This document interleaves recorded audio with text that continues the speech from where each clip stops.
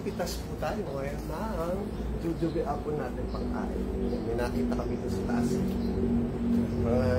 Nakatago sa dahon. Mataas. Puno na kasi talaga itong ating jujube apple kaya medyo mataas na.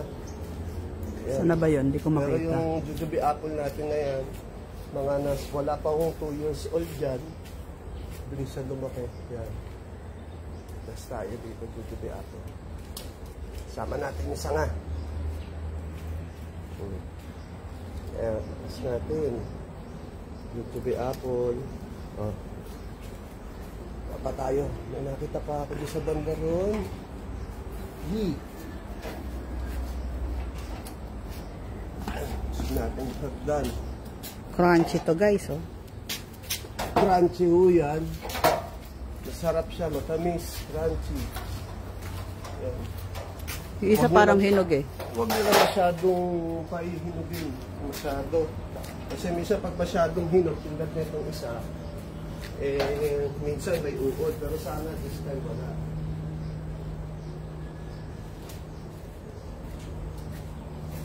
Hinog na yan, oh. Yan, o. Jujube apple.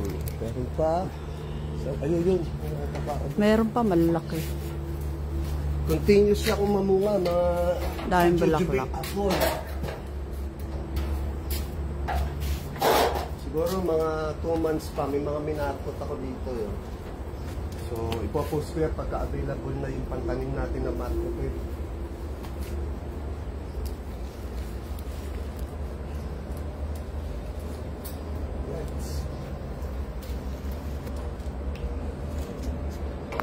Yan si jujube apple. Nandun sa dulo. Meron pa.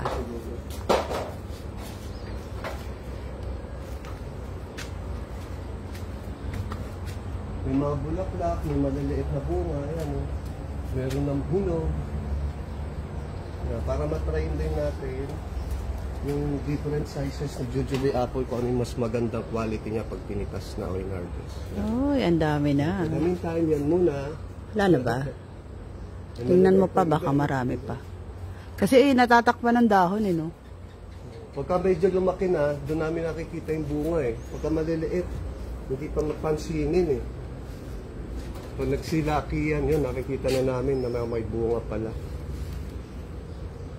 Yan, ayun, tulad nun eh. Sa akin tong mapula-pula, parang matamis na matamis to. Okay, yun lang. Wala, no?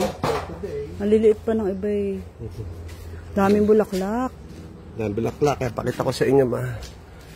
Ito, tulad na ito. Yan, dahil bulaklak, oh. O, tapos, yun, may mga, ano na siya.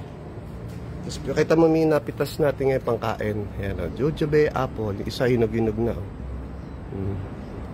Okay? Yan, ang puno natin ng jujube apple. Wala pang 2 years old dyan. Ang bilis lumaki. O, nasa taas, daming bulaklak sa taas. Tapos mga nag-aalagamunggo na siya. Pag naggamunggo na to, medyo safe na siya.